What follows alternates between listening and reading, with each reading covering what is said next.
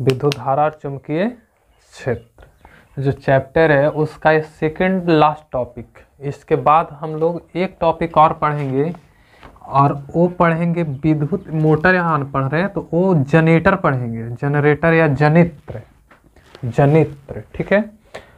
और इसी में जनित्र पढ़ने से जस्ट पहले पढ़ेंगे प्रेरण, क्या चीज़ होती है वो पता चल जाएगा।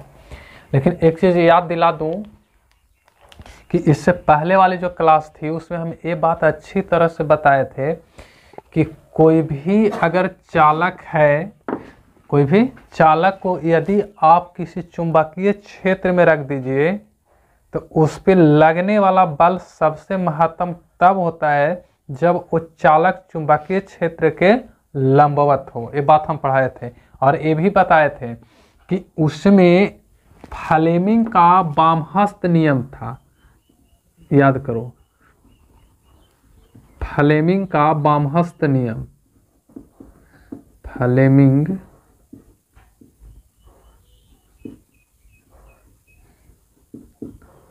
वामहस्त नियम, वामहस्त नियम।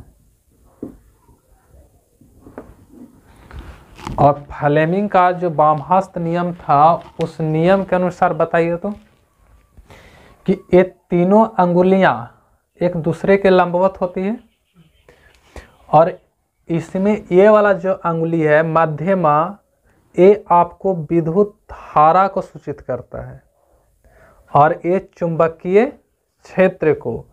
तो इस विद्युत धारा के कारण होने वाला गति के डायरेक्शन को ये शो करता है। यही नियम न था कि अंगूठा आपको चालक की गति को दर्शाता है, गति की दिशा को दर्शाता है कि आपका जो चालक इसके अंदर में जो गति होगा, मूव करेगा, वो किधर करेगा। तो ऐसे हम एक शॉर्ट में इसे लिख देते हैं ताकि आपको हमेशा याद रखें कि जो मध्यमा होता है, मध्यमा, मध्यमा मिडिल वाला फिंगर को बोला जाता है इसको, तो ये प्रवाहित विद्युत धारा को दर्शाएगा। ये आपको विद्युत धारा, विद्युत धारा को इंडिकेट करता है, जबकि तर्जनी, तर्जनी और तर्जनी आपको किसको इंडिकेट करता है? चुंबकीय क्षेत्र के दिशा को। ये आपको चुंबकीय क्षेत्र, चुंबकीय क्षेत्र के दिशा को। और जबकि अंगूठा जो है, अंगूठा बताइए किसको? हाँ, चालक के गति की दिशा, मतलब कि गति के दिशा, दिशा को, गति के दिशा को। इतना चीज याद रहना चाहिए, तब मोटर हम लोग पढ़ेंगे।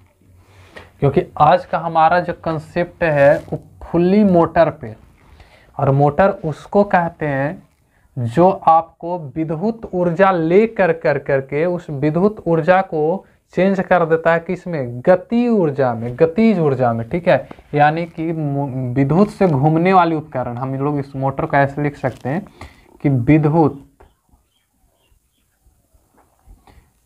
विद्युत से घूमने वाली, घूमने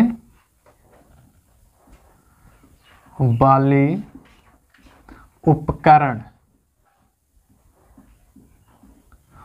और जो भी उपकरण विद्युत से घूमता है उसे हम लोग क्या बोलते हैं? मोटर बोलते हैं। जैसे याद करो कि आपको पंखा है, क्या है? एक तरह का मोटर है। संसेबुर, अरे जो बोरवेल वाला संसेबुर, या मतलब वैसा आपके पास जितना भी घूमने वाला चीज है जो विद्युत से घूम सकता है वो आपको मोटर होता है। और वो मोटर जो कार्य करता है वो काम करता है आपका फ्लेमिंग के वामहस्त नियम पर। कैसे काम करता है उसमें समझते हैं हम लोग, ठीक है। देखिए होता क्या है ना कि मोटर को अगर तुम खोलोगे ना तो मोटर के अंदर में कॉइल होता है, कॉइल। या तुम्हारे पास एक मोटर होता होगा हाथी वाला, देखे हो अरे छोटे को नहीं लगता है सीडी उडी में, डीवीडी जो रहता है उसका में एगो मोटर निकलता है जो कैसेटवा को घुमाता है, तो मोटर को खोलोगे तो उसके अंदर में देखना चुंबक रहेगा। डीसी फैन का जो मोटर होता है उसके अंदर खोल के देखोगे तो एक चुंबक होता है, और चुंबकवा के अंदर में एक तार होता है जिसको हम लोग कॉइल बोलते हैं, और उसको में लपेट करके और रखल रहता है। तो यहां पास क्या है ना कि ये दोनों आपका चुंबक है, जो रेड वाला आपको दिख रहा है ये आपका चुंबक।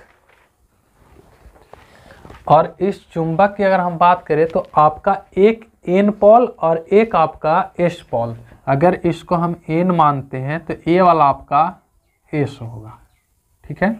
और इस चुंबक के बीचों बीच एक कुंडलित तार को रख दिया गया, इसको हम लोग कुंडली बोलते हैं। इसको क्या बोलेंगे? कुंडली। कुंडली। और कुंडली किसका होता है? तो तार का, ये तार है, याद रखना, चालक तार, इसको हम लोग तार ऐसे लिख देते हैं, तार है, कुंडली है, रिंग है वायर का। और इस कुंडली को इस चुंबकीय क्षेत्र में रख दिया गया है, चुंबकीय क्षेत्र में रख दिया गया है। और आपका कुंडली का नाम हम दे देते हैं, ये आपका ए है, ए बी, ए सी और ए डी। देखो यहाँ से आप मोटर के कॉन्सेप्ट को समझो कि मोटर आखिर घूमता कैसे है। रीजन क्या है कि मोटर गोल गोल घूमने लगता है, और भयंकर ही घूमता है। बताइए ना कि अगर पंखा घूमेगा उसके बीच में आप ऐसे हाथ ले जाकर रख दीजिए, हाथ को काट देगा, इतना शक्तिशाली होता है।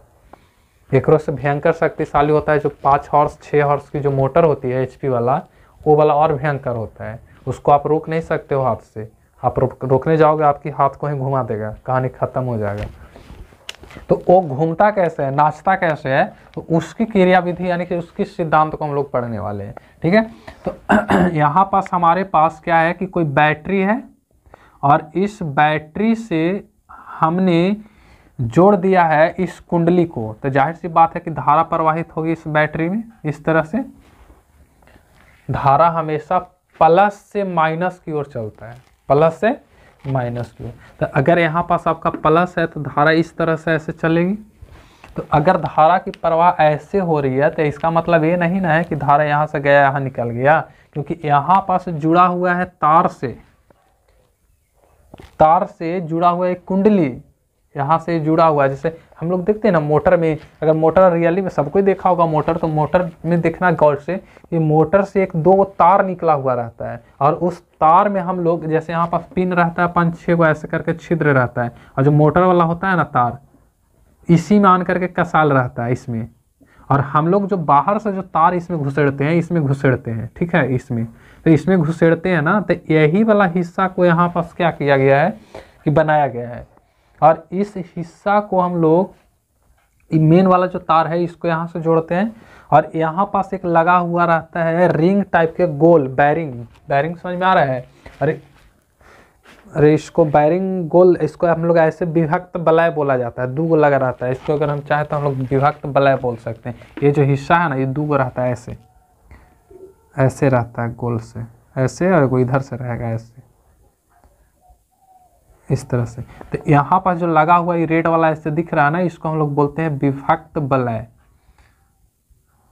विभक्त वलय, ये हिस्सा। और यहाँ से जैसे ही आप करंट प्रवाहित करोगे तो ये आपका जो करंट है यानी कि विद्युत धारा है वो इस तरह से जाएगा, ऐसे इस तरह से होकर के आएगा कि नहीं आएगा, ऐसे आन करके ये निकल जाएगा इस तरह से। देखिए यहाँ पर सब के सब खेला आपका वायर में जो लगा हुआ इस चुंबक के भीतर में जो रिंग है इसका है, टोटली खेला इसमें इसी का है, ठीक है। अगर ये बात आप समझ जाओगे ना तो आपको मोटर समझना बिल्कुल आसान है। अब देखो यहाँ क्या कहता है कि यदि विद्युत धारा को हम लोग प्रवाहित करते हैं, माध्यम हमको किसको इंडिकेट करता है? विद्युत धारा का। तो इसके अनुसार सोचिए तो कि ए वाला दिशा जो है ये तो चुंबकीय क्षेत्र हो गया। अगर इसके अनुसार सोचोगे तो ऐसे है कि नहीं, अरे ऊपर की ओर। तो ए वाला हिस्सा किसको इंडिकेट कर रहा है? ये जो तर्जनी है ए किसको इंडिकेट कर रहा है? चुंबकीय क्षेत्र को। और जबकि ए चुंबकीय क्षेत्र को इंडिकेट कर रहा है, जबकि ये माध्यमा किसको कर रहा है? विद्युत धारा को। मतलब कि अगर ऐसे रखा हुआ है, ऐसे समझिए इसको, ऐसे है ना, तो इसके अनुसार इधर समझिए ये आपका क्या है, इस तर्जनी के अनुसार चुंबकीय क्षेत्र और धारा इसमें ऐसे प्रवाहित हो रहा है, तो आपको जो गति होगा, घूमेगा उसके अंदर में जो गतिशील करने वाला जो ध्रुव होता है घूमेगा किधर, ऊपर की ओर, यानी कि बल ऊपर की ओर लगेगा तो ऊपर ही ना घूमेगा, तो इसकी बल की दिशा ऊपर होगी। मतलब इसको अगर समझना है तो आप ऐसे समझो, देखो यहाँ से इसको से अगर मैच करो तो पता चलेगा EN है तो एक किसको करेगा ऐसे, अरे 3D में रहता है ना, समझ में आ जाता है। ये चुंबकीय क्षेत्र है ये, और ये वाला जो है विद्युत धारा, तो हम लोग इसमें विद्युत धारा को इधर ना दे रहे हैं, तो हमारा ये माध्यम किधर इंडिकेट करना चाहिए, इधर करना चाहिए, इधर कर रहा है। और ये वाला आपको किसको इंडिकेट कर रहा है, चुंबकीय क्षेत्र को। देखो तो चुंबकीय क्षेत्र है ये क्या आपका विद्युत धारा, तो बल कहाँ लगेगा, ऊपर, मानो कि इसमें जो घूमेगा, यहाँ पास जो रिंग घूमेगा किधर ऊपर घूमेगा, ऊपर की ओर घूमेगा। यानी कि इसको अगर हम समझाने के लिए अगर ऐसे अगर इसको करें, इसको समझें कि अगर ये हमको चालक है, ठीक है, तो इसमें अगर हम इधर धारा प्रवाहित करते हैं, इधर समझ में आ रहा है, ये साइड सामने, मतलब ऐसे अगर करें तो ऐसे है ना विद्युत धारा, सॉरी ऐसे करें तो क्या होना चाहिए, ये साइड, इधर से समझाते हैं ऐसे। देखो ये वाला किसको इंडिकेट करता है, विद्युत धारा को। अगर इसकी अगर हम बात करें तो ये इंडिकेट आपको करेगा विद्युत धारा को। तो अगर ये विद्युत धारा के इंडिकेट कर रहा था, हम ऐसे ना करेंगे, तो सोचिए तो ये विद्युत धारा है तो ये चुंबकीय होगा कि नहीं, चुंबकीय क्षेत्र, तो इधर चुंबकीय क्षेत्र, इधर विद्युत धारा, आपका ऐसे होगा। तो ये जो घूमेगा ये वाला ऊपर की ओर घूमेगा, यानी कि अगर इसको अगर हम घुमाएं तो ये आपको ऐसे घूमेगा, समझ आ रही बात। यहाँ से अगर ये ऐसे है, इसको सीधा समझिए, तो इसको ऊपर की ओर घूमना चाहिए, ऐसे ऊपर की ओर, ऊपर की ओर। तो अगर रिंग है इधर पूरा, तो हमारा ई कोर्स अगर प्रवाहित हो रहा है तो ऊपर घूमेगा, तो ये कैसे घूमेगा आपको, ऐसे ऊपर की ओर, यहाँ ऊपर जाएगा और ये वाला हिस्सा आपका नीचे आएगा, ये ऊपर जाएगा, ये वाला हिस्सा नीचे होगी। समझ में आ रही बात। अरे इधर से अगर हम धारा प्रवाहित कर रहे हैं तो इसमें देखो ना, खुद ही समझो कि ऐसा है कि नहीं, ये चुंबकीय क्षेत्र, इधर चुंबक है, ये चुंबक, इधर हम विद्युत धारा को प्रवाहित कर रहे हैं सीधे, तो ये विद्युत धारा को इंडिकेट कर रहे हैं, चुंबकीय क्षेत्र विद्युत धारा। तो इस तरह से हम अगर सजाएं तो ये वाला जो गति करेगा ऊपर ही ना करेगा, तो हमारा इस किनारा से अगर पार हो रहा है धारा, तो ऐसे करेंगे तो गति कहाँ जा रहा है, ऊपर की ओर, मतलब कि ये वाला हिस्सा ऐसे उठेगा, ऐसे ऐसे। लेकिन अब सोचो तो कि यहाँ से देखोगे तो यहाँ इस साइड जो धारा जा रही है वो ए से बी तक ना, ए से बी तक। अब ए से बी तक अगर देखोगे तो यहाँ जो प्लेट उठेगा, ये प्लेट ऊपर की ओर उठेगा, ऐसे ऊपर की ओर, ऊपर उठेगा, ऊपर, ये वाला ऊपर की ओर, कहाँ से कहाँ तक, ए से बी तक। अब बताइए कि एक चीज और समझो कि अगर बी से सी देखोगे तो बी से सी तक भी देखोगे तो यहाँ उठ सकता था, क्योंकि यहाँ धारा प्रवाहित हो रहा है, लेकिन काम तब करता है जब चुंबकीय क्षेत्र होता है। बताइए तो कि इधर धारा बह रही है, लेकिन एक इधर कोई चुंबकीय क्षेत्र है क्या, नहीं है, ये तो कहानी खत्म हो गया आपका, कहानी खत्म। अब इधर आइए, तो यहाँ से देखोगे तो ए से बी में जो धारा की दिशा है, इधर अगर हम नीचे मान लें तो नीचे से ऊपर, लेकिन सी से डी जो है, सी से डी, इसकी धारा के उल्टा है कि नहीं है, इसमें धारा बह रहा है आपका इधर से इधर, जबकि यहाँ सी से डी देखोगे तो धारा कहाँ बह रहा है, नीचे से ऊपर से नीचे, ऊपर से नीचे, मतलब इसमें जो धारा बह रही है ऐसे बह रही है, ऐसे, तो ऐसे बह रही है तो चुंबकीय क्षेत्र तो ये ना कह रहा है, और जबकि ये कर रहा है क्या चीज, ये आपको क्या कर रहा है, विद्युत धारा की दिशा को दर्शा रहा है। तो इसमें जो बल लगेगा ऊपर की ओर लगेगा। अगर इधर से अगर देखोगे यहाँ से, तो इसके अनुसार अगर सोचोगे तो इसका उल्टा हो जाएगा, इसका उल्टा, मतलब इधर अगर हम देखें, इसमें देखो ऐसे, इसको 3D में समझोगे ना तो आसानी से समझ में आएगा, ऐसे गड़बड़ हो जाएगा। जैसे देखिए इसको अभी हम समझाएं ए से बी वाला सिरा के लिए कि आपका ये वाला हिस्सा होगा, और जबकि बी से सी से डी देखोगे तो जस्ट इसका उल्टा ना है, और जस्ट इसका उल्टा होने का मतलब है कि चुंबकीय क्षेत्र की जो दिशा होगी, ये चुंबकीय क्षेत्र की दिशा इन्हें है, समझ में आ रही बात, इन्हें है। तो अगर ई वाला हिस्सा को अगर हम दिखाएं, इस चुंबकीय क्षेत्र की दिशा प्रवाहित धारा, तो इसमें जो बल लगेगा इसमें जस्ट इसका उल्टा हो जाएगा, इसमें उधर जा रहा है तो इसमें इधर आ जाएगा, और इसमें अगर इधर आएगा, इसमें इधर, तो आधा के बाद इसमें जो बल लगेगा वो आपको, अगर इसके अनुसार सोचोगे तो ये आपका इस तरह से, तो आधा इधर से ऐसे घूमेगा और उसके बाद आधा के बाद इसका दिशा चेंज करेगा और ये फिर आपका इस तरह से घूम जाएगा, इस तरह से। तो यहाँ पास अगर देखोगे तो सोचो कि इसको ऐसे समझो कि यहाँ से आपका दिशा ऐसे जा रहा है, तो आधा चक्कर यहाँ से नीचे से ऊपर फेंक देगा। जो कि इसकी अगर बात करोगे इस तरह से, तो इस तरह से बात कीजिएगा तो ये वाला हिस्सा आपका नीचे ना चला जाएगा, तो ऐसे इस तरह से, और इधर चला जाएगा। तो सोचिए तो कि अगर ऐसे उल्टा हो जा रहा है, ऐसे उल्टा हो जा रहा है, ऐसे अगर हम देखें तो बताइए कि अगर इसके अनुसार सोचोगे तो ये वाला हिस्सा आपका क्या हो जाएगा, नीचे हो जाएगा, ये वाला हिस्सा नीचे हो जाएगा। यानी कि इसमें ये वाला यहाँ से यहाँ ऊपर उठेगा और आधा चक्कर के बाद जैसे ही आएगा तो ये प्लेट यहाँ से आपको नीचे कर देगा। मतलब इसको अगर हम फिर से समझाएं तो ऐसे समझो कि यहाँ कुंडली है, ऐसे है, इधर से धारा प्रवाहित हो रहा है, तो इससे बल लगने वाला ऊपर की ओर हो जाएगा, ऐसे होगा। और जो कि इधर से धारा प्रवाहित होगा, इधर से, तो इधर से प्रवाह हो रहा है तो ऊपर, तो इधर से प्रवाह होगा तो नीचे। तो ये वाला आधा के बाद इधर, आधा के बाद इधर। तो बताओ तो कि आधा इस विद्युत से आधा घूमेगा और आधा इससे घूमेगा, यानी कि ऐसे है। तो यहाँ ऐसे नॉर्मल स्थिति में तो इधर से विद्युत प्रवाहित करोगे तो ये आधा घूम करके ऐसे हो जाएगा, ठीक है। फिर इधर से प्रवाहित करोगे तो इस पर फिर बल लगेगा। अब बार इसमें धारा उल्टा प्रवाहित कर रहे हैं, यानी कि इधर से इधर प्रवाहित कर रहे हैं, तो आधा के बाद फिर ये नीचे बल लगेगा और आधा घूमेगा। और इसमें जब तक करंट फॉलो करते रहेगा तो ये वाला नियम तो ऐसे पालन करते रहेगा ना, घूमते रहेगा। और घूमते रहेगा तो बताओ तो ऐसे ऐसे घूमता है कि नहीं, मोटर इस तरह से घूमता है गोल गोल, और बीच में रुकता नहीं है। तो नहीं रुकता है तो उसको मेन घूमने का काम क्या होता है कि इसकी डायरेक्शन को आधा के बाद उल्टा कर दिया जाता है, आधा के बाद उल्टा कर दिया जाता है। और जब उल्टा कर दिया जाता है तो आप खुद ही समझो कि जब उल्टा कर दिया जाएगा तो इधर भी चुंबकीय क्षेत्र, इधर भी चुंबकीय क्षेत्र, इधर भी और इधर भी, और दोनों तरफ अगर चुंबकीय क्षेत्र है, उल्टी धारा बह रही है, तो इसको तो जस्ट नीचे घूमे पड़ेगा, इसको जस्ट नीचे। तो ऐसे ही जब करंट जाता है तो इसमें क्या होता है, ये मोटर यहाँ से मतलब ये साइड से क्या घूम जाता है, आधा चक्कर नीचे, यहाँ से आधा चक्कर नीचे घूमता है। अब बताइए कि आधा चक्कर, आधा चक्कर, आधा चक्कर, आधा चक्कर इसके कारण ऊपर और इस प्रवाहित धारा के कारण आधा चक्कर नीचे, आधा चक्कर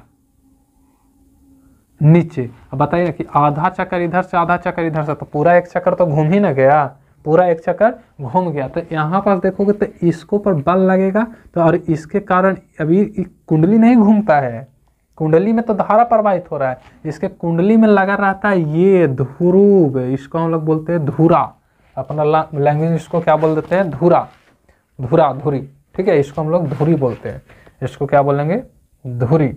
और यही धुरी पर बल लगता है, यही धुरी पर बल लगता है और इस धुरी को क्या कर देता है, घुमा देता है। और धुरी जिससे पैक रहता है, यहाँ पास रहता है ब्रूस, इसको हम लोग ब्रूस बोलते हैं, यहाँ पास लगा हुआ रहता है, इसको ब्रूस बोला जाता है। और ये ब्रूस जो होता है ना आपका ग्रेफाइट का होता है, ग्रेफाइट कोमल चीज होना चाहिए, ग्रेफाइट, इस ग्रेफाइट का बना हुआ रहता है ध्रुव।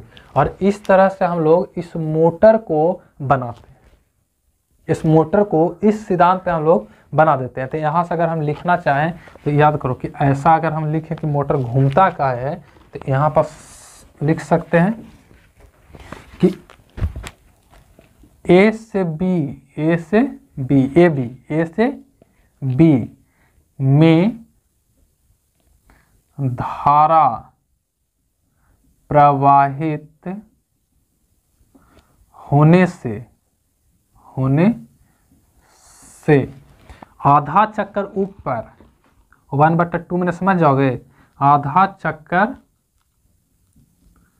ऊपर, देखो ये ऊपर, ऐसे कहने का मतलब ऊपर घूमता है, तथा सी से डी में धारा प्रवाह के कारण ऊपर से नीचे, ऊपर से नीचे, ऊपर से नीचे या धारा प्रवाह के कारण आधा चक्कर, आधा चक्कर ऊपर से नीचे घूमता है, घूमता है। इस प्रकार आधा आधा चक्कर मिलकर के एक चक्कर हो जाता है। और इस तरह से धारा जब तक इसमें प्रवाहित करोगे तब तक ये क्या होगा, धुरा घूमते रहेगा। और घूमते रहेगा तो इसी चीज को हम लोग बोल देते हैं मोटर। इसी का नाम क्या दे देते हैं, मोटर। क्योंकि पढ़िए, विद्युत से घूमने वाली उपकरण, तो यहाँ पास क्या हो रहा है, घूम रहा है कि नहीं घूम रहा है, तो इस घूमने वाली उपकरण का ही नाम क्या होता है, मोटर होता है। और इस तरह से हम लोग मोटर को घुरा सकते हैं।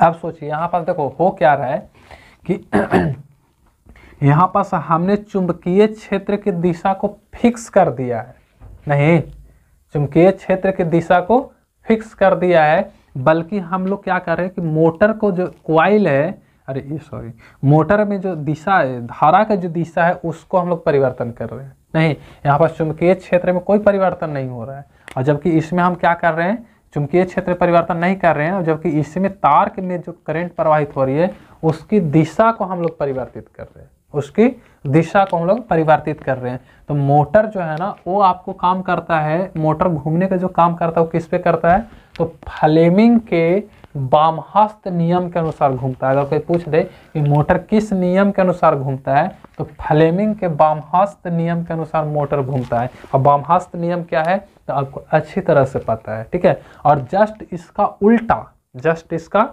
उल्टा जनरेटर काम करता है, यानी जनित्र काम करता है। जनित्र में होता क्या है कि हम लोग जो चुंबकीय क्षेत्र होता है, चुंबकीय क्षेत्र में परिवर्तन कर देते हैं। और चुंबकीय क्षेत्र में परिवर्तन के कारण आपको पहले हम पढ़ाए थे परिनालिका, तो परिनालिका नहीं, सॉरी, इसके बाद हम प्रेरण पढ़ाएंगे। तो प्रेरण में होता क्या है ना कि चुंबकीय क्षेत्र में यदि आप परिवर्तन कीजिएगा तो उससे धारा निकलेगा। प्रेरण क्या होता है उसको भी हम समझा देते हैं। चुंबकीय प्रेरण, चुंबकीय प्रेरण, प्रेरण, चुंबकीय प्रेरण का जो खोज करने वाले व्यक्ति थे वो माइकल फैराडे। फैराडे का ही देन है कि आज दुनिया विद्युत जनित्र का उपयोग करता है। विद्युत जनित्र समझ में आ रहा है, जनरेटर बनावे का काम उनका था। आज जितना लोग इस बिजली पर भरोसा नहीं करता है उतना ज़्यादा भरोसा करता है अपना जनरेटर पर, नहीं करता है। किसी के यहाँ फंक्शन है तो देखो ना, ले लाता है फटाक सुकून जनरेटर, इसको लगाई, वो नहीं करता है क्योंकि उसको भरोसा नहीं। ऐसे भी तो जनित्र से उत्पन्न होता है, लेकिन ये जनित्र से उत्पन्न होता है, लेकिन ये आपको जानता नहीं है कि आपके यहाँ बाराती आने वाला है, ये थोड़ा इसको पता है। तो इसलिए लोग क्या करता है, जनित्र ले लाता है रेडीमेड, वो उसको स्वाद यूज करता है। तो जनित्र में होता क्या है ना कि एक चालक के ऊपर में खोखला चालक रहता है, ठीक है, खोखला चालक इस तरह से, और इस खोखले चालक के ऊपर में तार लपेट दिया जाता है। इसके ऊपर में इस तरह से तार लपेट दिया जाता है, ठीक है, ये दो तार हो गया। और इस खोखले चालक के अंदर में चुंबक को अप डाउन कराया जाता है। मतलब कि यहाँ पास एक चुंबक होगा इस तरह से, इसका मान के चलो ये एन हिस्सा है और ये ए से हिस्सा है, ठीक है, ये आपका चुंबक है। एन एस से तो समझ ही जाओगे कि क्या है, चुंबक है, चुंबक।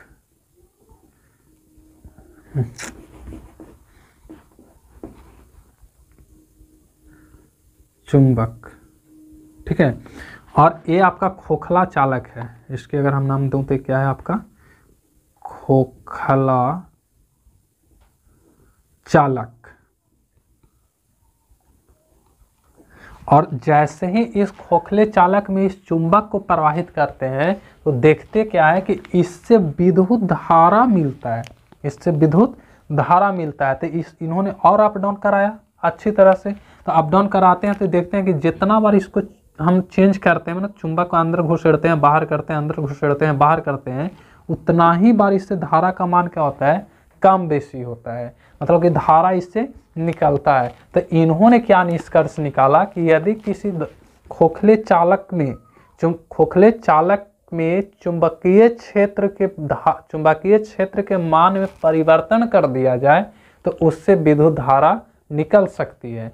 तब जाकर करके इन्होंने इस टोटल सिस्टम का नाम दिया परिनालिका, प्रेरण। इसका नाम क्या दिया, चुंबकीय प्रेरण। और इसी सिद्धांत पर इन्होंने बना दिया आगे चल करके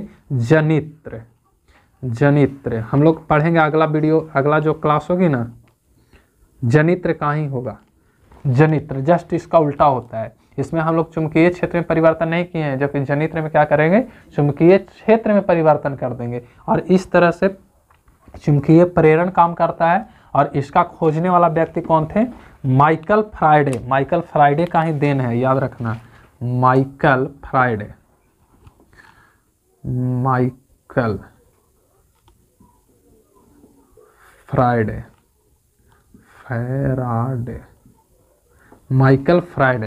ठीक है। 1 नंबर के सवाल में पूछ सकता है कि जनित्र का खोज करने वाला व्यक्ति माइकल फ्राइडे। माइकल जैक्सन नहीं, माइकल जैक्सन तो डांस था, ये होता है, समझे। तो ये मोटर आपको आज खत्म हो गई, आप इसको राइट कीजिए।